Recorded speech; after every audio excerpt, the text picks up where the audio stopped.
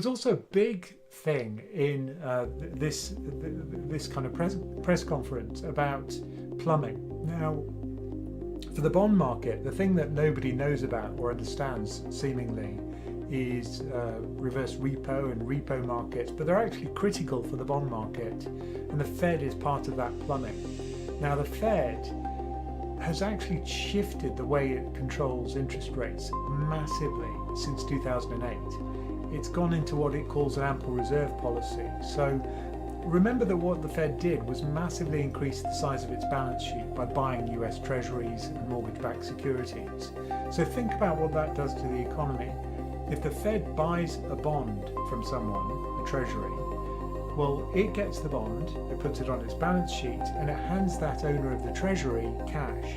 So effectively what's happening is the Fed is injecting cash into the system.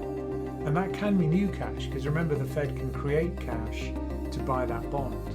So this is a money creation process. It's pumping liquidity, money into the system.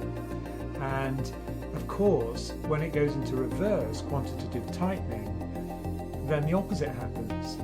You're actually sucking money out of the system. Now, the way you control interest rates varies according to whether you've got this ample reserve system. And what we've seen recently is that short-term interest rates have been really shooting up and looking unstable.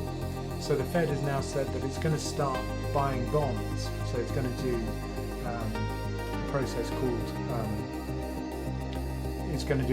where it actually does this buying of bonds in order to control interest rates, which is very different from the system we had until recently, where it really didn't have to do that at all. And Powell stressed that this is nothing to do with monetary policy. It's completely separate. So it's called reserve management. It's not quantitative easing.